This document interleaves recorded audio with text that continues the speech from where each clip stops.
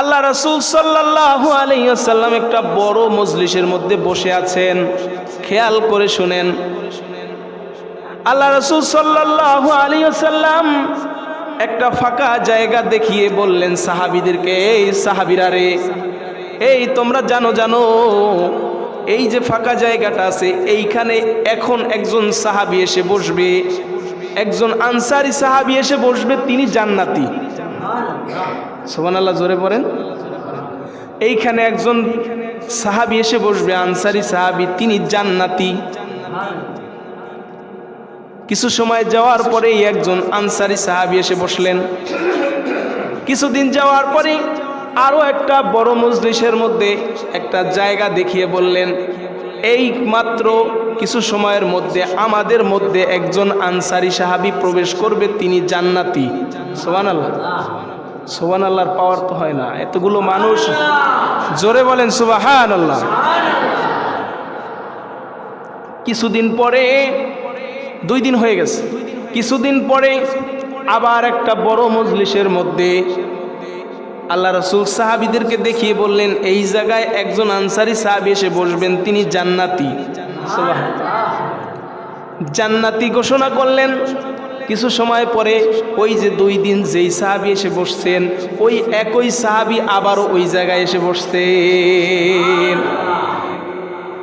3 দিন একজন সাহাবীকে জান্নাতি বললেন, এটা কি চারটিখানি ব্যাপার? সাহাবীরা অবাক হয়ে গেল। আল্লাহ রাসূল সাল্লাল্লাহু আলাইহি ওয়াসাল্লামের মুখ থেকে যে কথাটা বের হয় এটা সাধারণ না অসাধারণ? অসাধারণ কথা, সাধারণ কথা নয়। আল্লাহ রাসূল জান্নাতি বলেছেন, তার মানে সে নিঃসন্দেহে জান্নাতি। আল্লাহ রাসূল সাল্লাল্লাহু আলাইহি ওয়াসাল্লামের কথাটা শুনে ওইখানে থাকা সমস্ত সাহাবীরা হতবাক, অবাক হয়ে গেছে। কি এমন গুণ, কি এমন গোপন আমল আছে যার কারণে ওই সাহাবীকে আল্লাহ রাসূল জান্নাতি বললেন?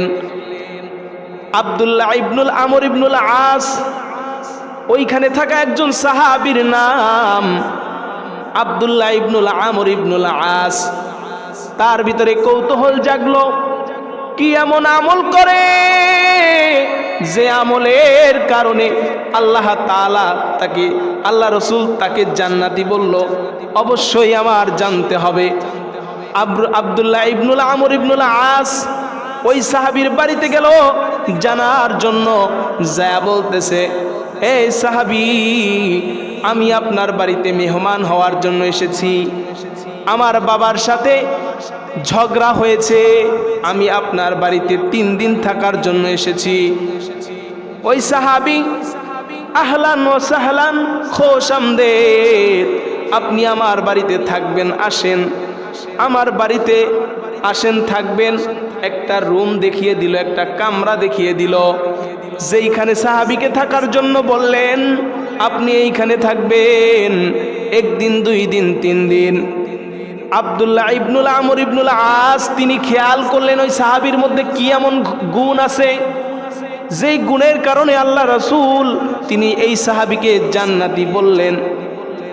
তিনি 3 দিন হয়ে গেছে, কোনো বিশেষ কোনো আমল যেটা তার চোখে ধরা পড়ে নাই। সুবহানাল্লাহ বলেন। এমন কোনো আমল নাই যেটা তার চোখে ধরা পড়ে। 3 দিন হয়ে গেছে, 3 দিন হয়ে গেছে, কোনো গোপন আমল ধরা পড়ে নাই।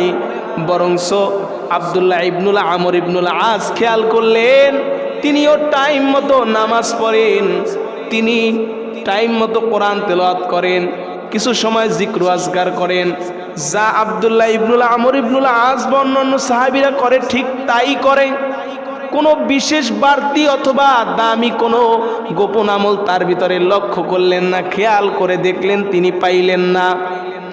আব্দুল্লাহ ইবনুল আমর ইবনুল আস 3 দিন হয়ে গেছে, এখন যাওয়ার সময় বলতেছে, এই আনসারী সাহাবী, আমি 3 দিন পর্যন্ত তোমার বাসায় এসেছি, যেই উদ্দেশ্যে এসেছে সেটা কিন্তু হাসিল হয় নাই। হয়েছে যে জন্য আসছে, জানার জন্য, সেই জানা কি হয়েছে? তাইলে তো সেটা অজানাই রয়ে গেল। এখন কি করার? এখন যে জন্য আসছি মূল কথা না বললে তো আর সত্যি বলবে না, বলবে? এজন্য আব্দুল্লাহ ইবনুল আমর ইবনুল আস বলতেছে, এই সাহাবী, আমি 3 দিন পর্যন্ত তোমার বাসায় এসেছি আমার বাবার সাথে ঝগড়া করে নয়। আল্লাহ রাসূল সাল্লাল্লাহু আলাইহি ওয়াসাল্লাম 3টা বড় বড় মজলিসের মধ্যে তোমাকে জান্নাতি বলে ঘোষণা দিয়েছেন। এই জন্য আমি কৌতূহলবশত জানার জন্য এসেছি, কি এমন গোপন আমল আছে যার জন্য তোমাকে আল্লাহ রাসূল জান্নাতি বলল? কি এমন গোপন আমল যার জন্য তোমাকে জান্নাতি বলল? এই জন্য তোমার কাছে আমি এসেছি ও সাহাবী। সাহাবী বলতেছে, আমার ভিতরে বিশেষ কোনো আমল নাই।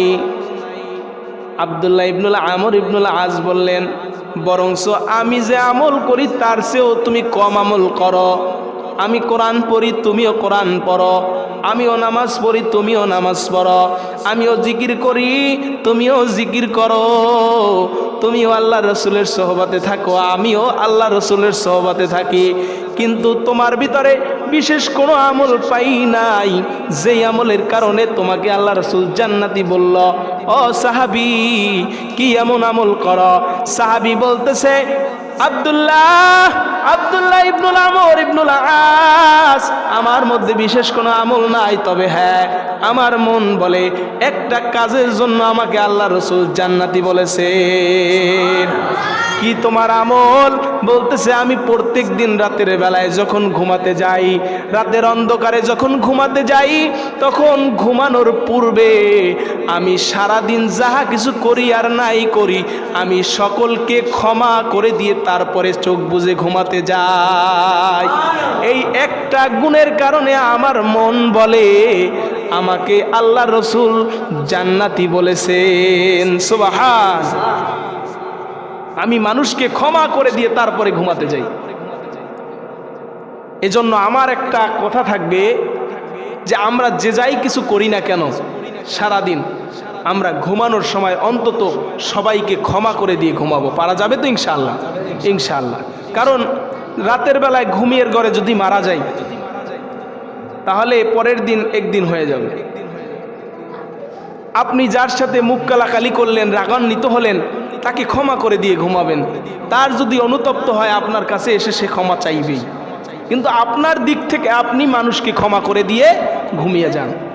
হতে পারে আল্লাহ তাআলা রব্বুল আলামিন চাহে তো এই একটা গুণের কারণে আপনাকে জান্নাতি করে দিতে পারে, একটা গুণের কারণে।